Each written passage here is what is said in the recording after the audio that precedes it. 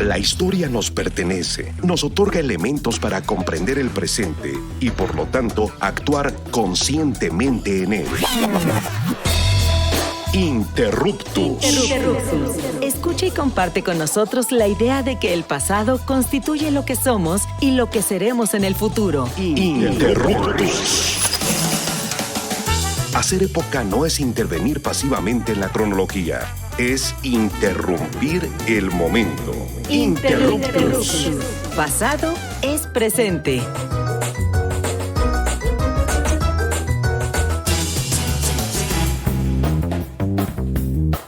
Hola, les damos la bienvenida a Interruptus, Pasado es Presente, su programa favorito de divulgación y reflexión sobre la historia.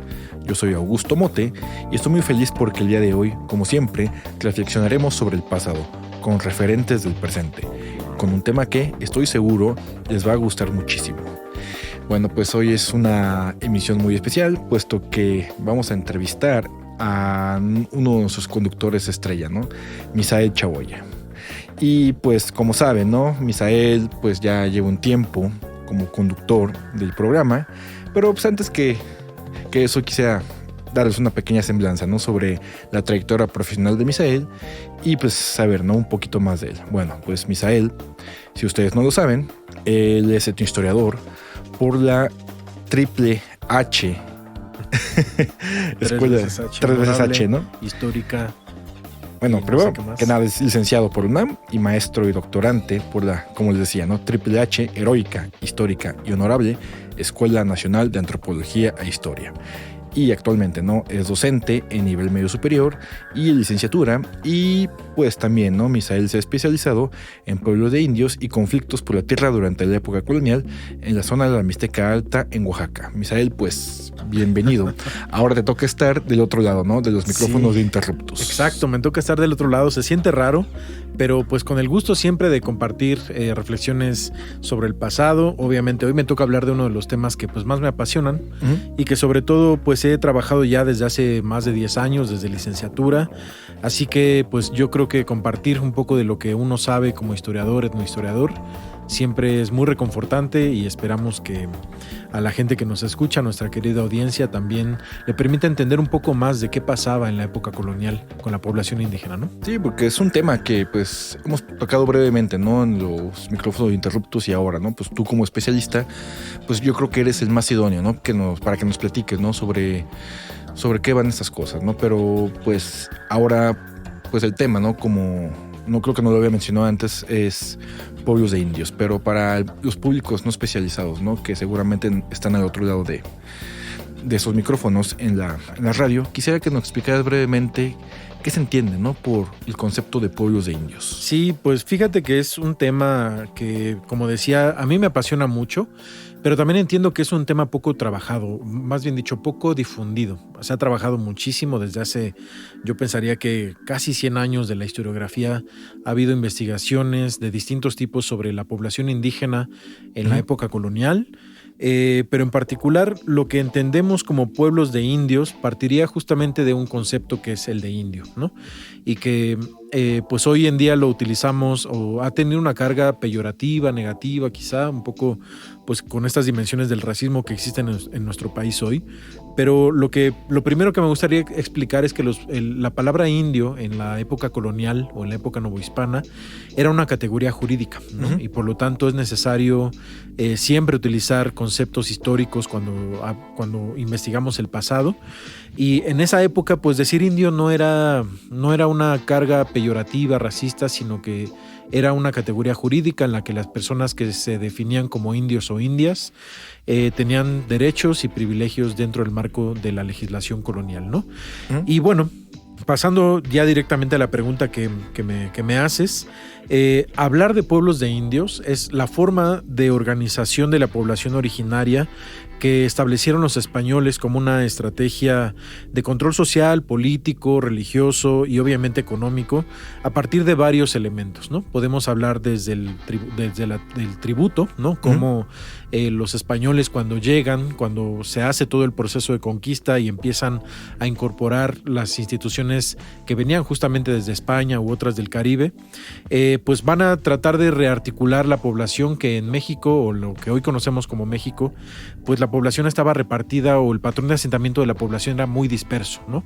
No existían los pueblos que conocemos hoy, si es que lo podemos llamar así. Entonces lo primero que van a hacer es reorganizar a la población en un proceso que fue muy complejo, además que duró pues prácticamente toda la segunda mitad del siglo XVI, que se llaman las congregaciones, ¿no?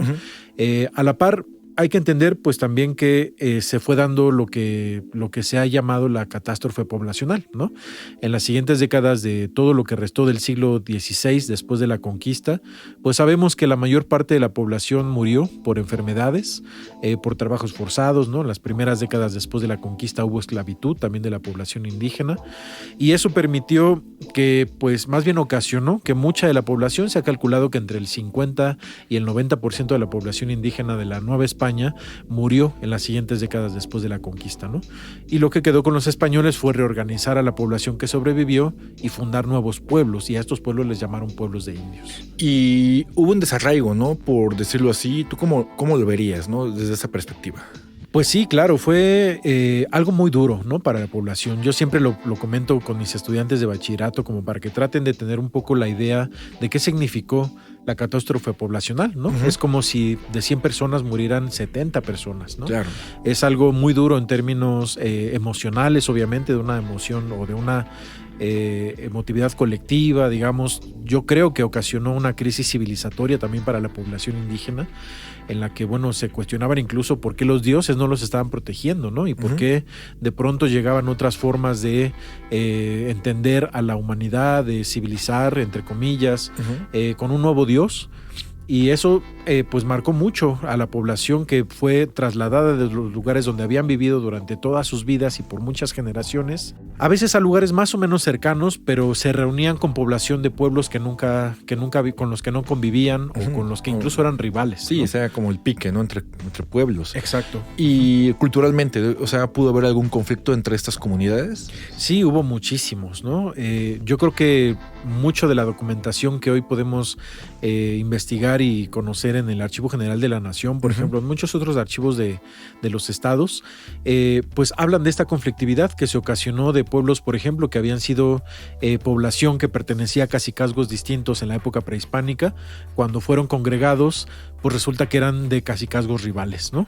O de etnias rivales, o de etnias distintas, hablaban lenguas distintas. En algunas zonas de la Nueva España, pues había pueblos donde se hablaba otomí, náhuatl, ¿no? De esta población que había sobrevivido y que finalmente pues fueron entre obligados y un poco pues ahí con mecanismos de control social y religioso por los españoles para que se quedaran en un nuevo asentamiento que a veces también no tenía las mismas condiciones ambientales en las que habían vivido siempre. Entonces eso seguramente ocasionó pues un profundo desarraigo, como tú lo comentabas. Pero al mismo tiempo, digamos, no todo es como hablar de la negatividad, sino también eso permitió la rearticulación de la población indígena y sobre todo en un contexto de supervivencia, pues permitió la rearticulación económica, ¿no? Y de estos sujetos, o sea, por ejemplo, ¿no? Alguien que se mantuviera al margen de la ley o que no quisiera adecuarse como este estatuto jurídico. ¿Sabes algo? ¿Nos podrías comentar algo? Pues fíjate que varios casos que yo trabajé para mi tesis de licenciatura tienen que ver con pueblos de indios o con población indígena, mejor dicho, población originaria o nativa, que no estaba de acuerdo con las congregaciones, ¿no? Y lo que hacían era esconderse, irse a las montañas, digamos como que pasaban a una especie de clandestinidad. Y lo que hacían los españoles pues era tratar de jalarlos, digamos, obligarlos, para que pues finalmente vivieran en los nuevos asentamientos en los que habían sido, digamos, como elegidos en los nuevos territorios para vivir. Y eso pues ocasionaba también que la población que no viviera en pueblos de indios estaba al margen de la ley, digamos, fuera del marco social en el que se entendía que las personas que vivían dentro de un pueblo de indios vivían dentro de una nueva organización política, religiosa, económica, social, y a veces inclusive personas que eran castigadas como a partir de delitos que cometían y que eran desterradas de los pueblos de indios, significaba en algunos casos como una especie de muerte social, ¿no? Sí, ¿no? Es como ser ostracizado, ¿no? Dentro de una comunidad e incluso ser repelido. Pero ahora, pues vamos a ver, ¿no? Como la perspectiva, qué pasaba dentro, ¿no? Que, digamos, aquellos sujetos, ¿no? Que sí, pues, digamos, como que aceptaban, ¿no? El orden español, cómo se organizaban, o había de cierta manera libertades para todos esos individuos que sí aceptaban como ese nuevo orden. Pues mira, dentro del marco de la legislación española se trató de conservar más o menos el orden social que existía previo a la conquista, ¿no? Es decir, los gobernantes prehispánicos siguieron siendo gobernantes, ahora con una nueva figura que era pues los gobernadores, se les reconoció como caciques, que era una palabra que venía del Caribe. Entonces estos nuevos conceptos pues lo que hicieron fue reorganizar semánticamente la misma organización social que ya existía. Es decir, los pueblos de indios tenían su propio gobierno, era un gobierno local en el que la cabeza más alta era el gobernador, y el gobernador generalmente era el cacique que había gobernado los pueblos durante la época prehispánica, ¿no?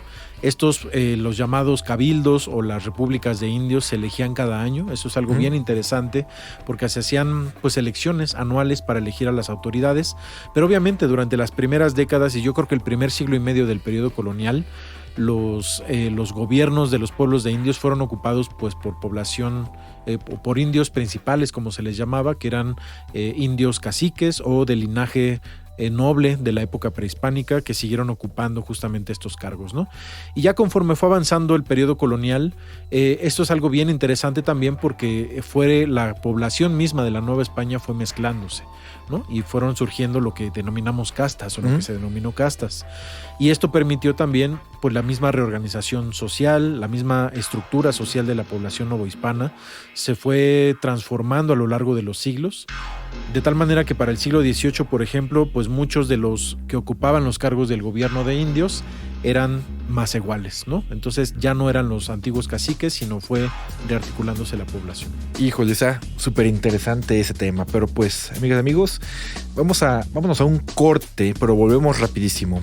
Como saben, el día de hoy estamos platicando con Misael Chaboya, nuestro locutor estrella, hablando de pueblos de indios en la época colonial. Recuerden seguirnos en nuestras redes sociales, Facebook, Instagram y Twitter, ahora X. Y también andamos en www.imer.mx/programas. Volvemos en unos momentos, no se vayan.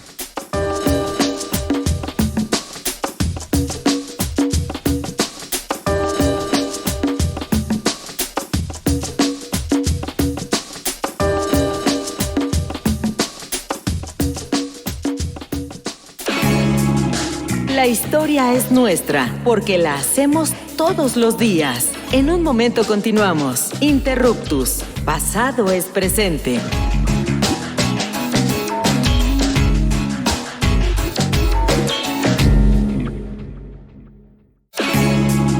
No somos los mejores del mundo, pero sí los mejores del rumbo. Continuamos en Interruptus. Conocimiento histórico para que no te tuerza la policía intelectual.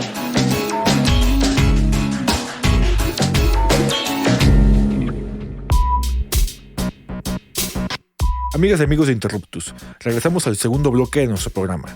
Estamos conversando con el etnohistoriador Misael Chaboya sobre los pueblos indios en la época colonial. Misael, hace rato nos hablabas sobre la organización política, ¿no? Que surge en esos pueblos de indios inmediatamente después de la conquista. Y quisiera que retomáramos un poco, ¿no?, la conversación que dejamos pendiente en el bloque anterior, para que nos hablaras un poco, ¿no?, sobre la organización interna de esos pueblos y quizá un poco más de la vida cotidiana. ¿Qué nos podrías decir sobre esto? Pues sí, claro.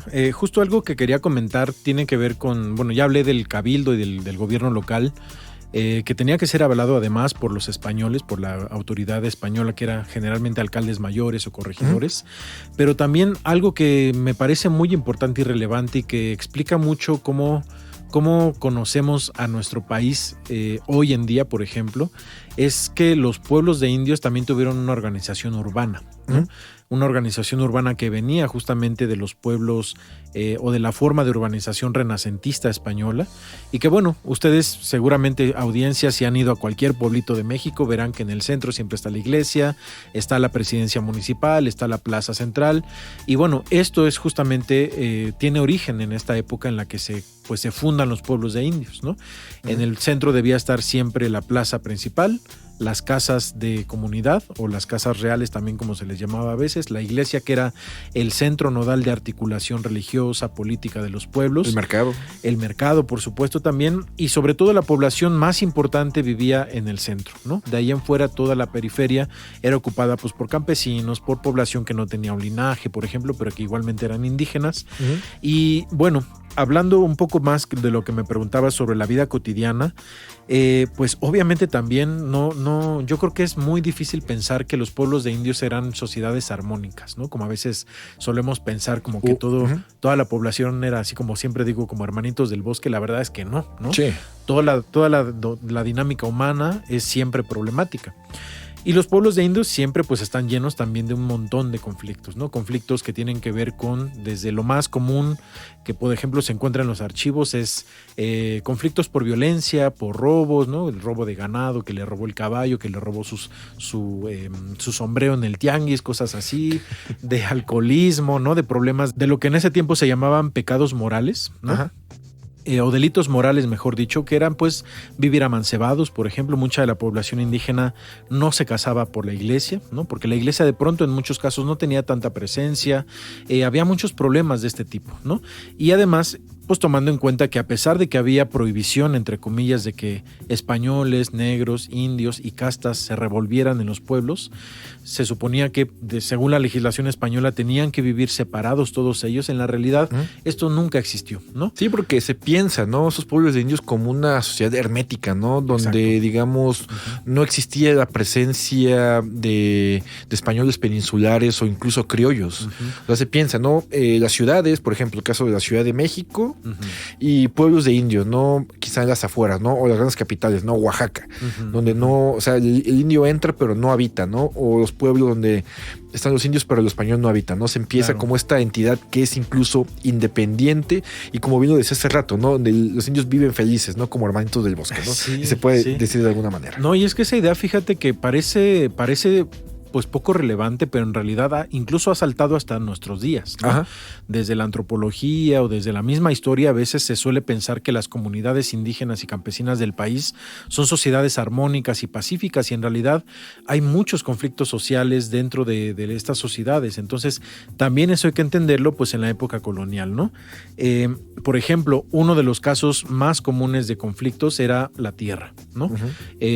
Problemas por la tierra de manera interna, pero también, como tú decías hace un ratito, población española que vivía pegada a los pueblos de indios, o incluso llegaban a vivir dentro de los pueblos de indios, españoles pobres que llegaron muchísimo.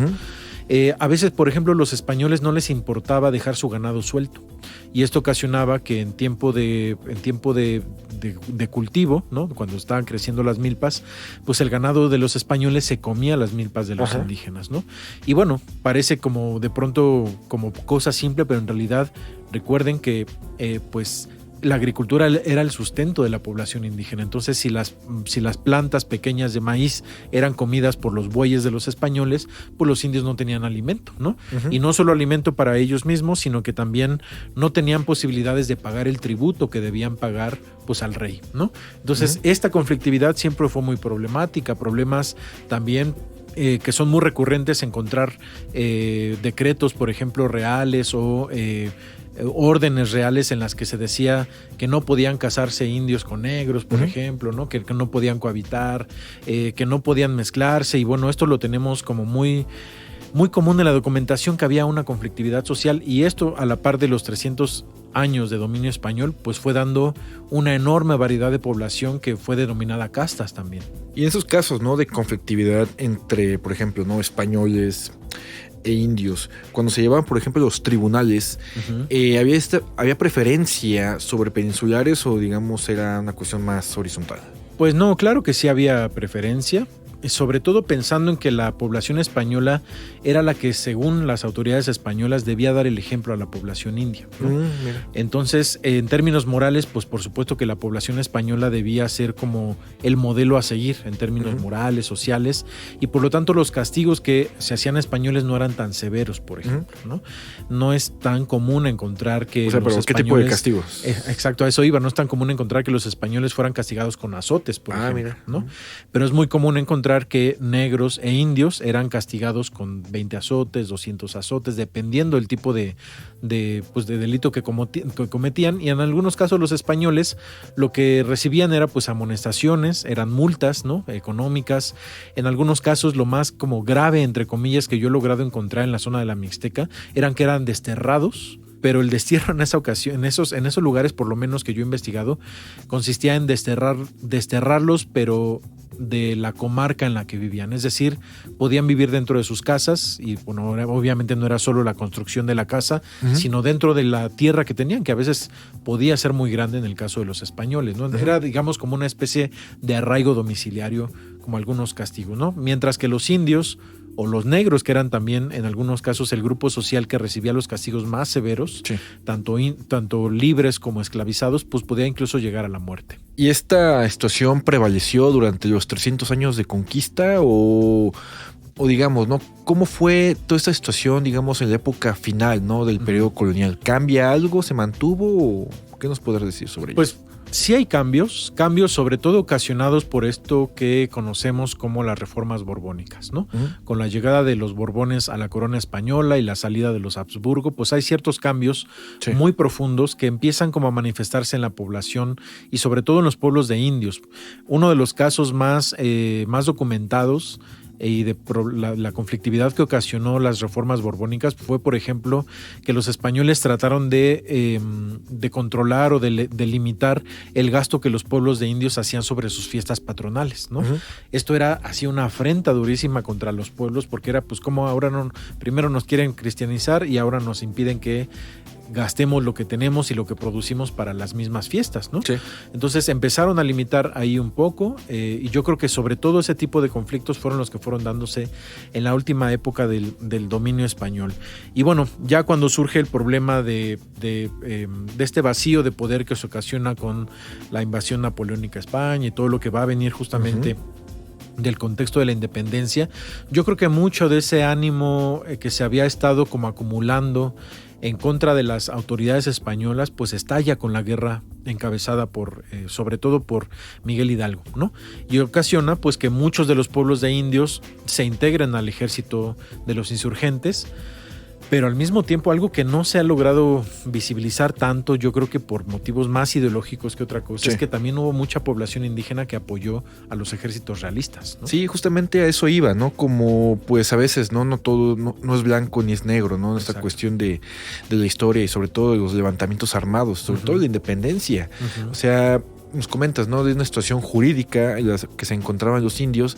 Algunos pues quizás sí estaban, ¿no?, sometidos por este yugo de los gachupines, pero había otros que vivían, digamos, en una situación de privilegio con respecto a otros pueblos. Claro. Y pues cuando estalla, ¿no?, el movimiento insurgente, habrá pueblos, como bien lo mencionas, que apoyarán, ¿no?, pues a la monarquía hispánica en este caso, ¿no? Y habrá otros, por ejemplo, pues que apoyarán, ¿no?, o se sumarán al movimiento independentista de Hidalgo. Sí, sobre todo, bueno, pensando que es una época de guerra, pues va a haber pueblos que van a ser como el compadre Mendoza, ¿no? Ajá. Como en donde es una situación de supervivencia, en donde les dé como menor problemática, pues se van a plegar tanto a uno u otro o a otro ejército. Finalmente los pueblos campesinos e indígenas de la Nueva España son los que vivieron más como en carne propia el impacto de la guerra en términos económicos y pues también humanos, ¿no? Porque eran pues los que ocupaban los que formaban parte de los ejércitos durante el proceso de la guerra.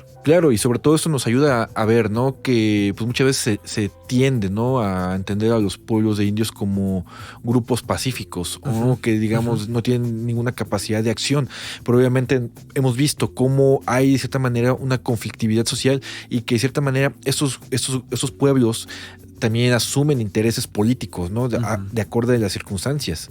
Bueno, sí, pues claro. Misael, de verdad, muchísimas gracias por ahora retomar el otro lugar, ¿no? En los micrófonos, ¿no? De Interruptus Radio. Y pues Carla no nos acompaña el día de hoy, desgraciadamente. Pero pues, le mandamos un saludo. Le mandamos un saludo, claro que sí, muy afectuoso.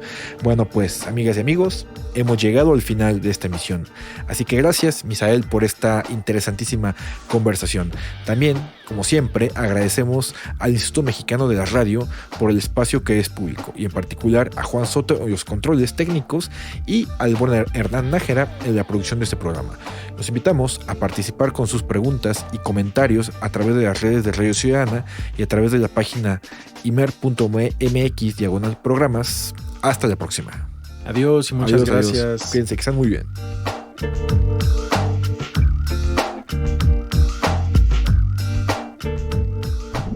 Interruptus. Los esperamos la próxima semana para seguir indagando en la diversidad cultural y social de México, desde la mirada histórica. Interruptus.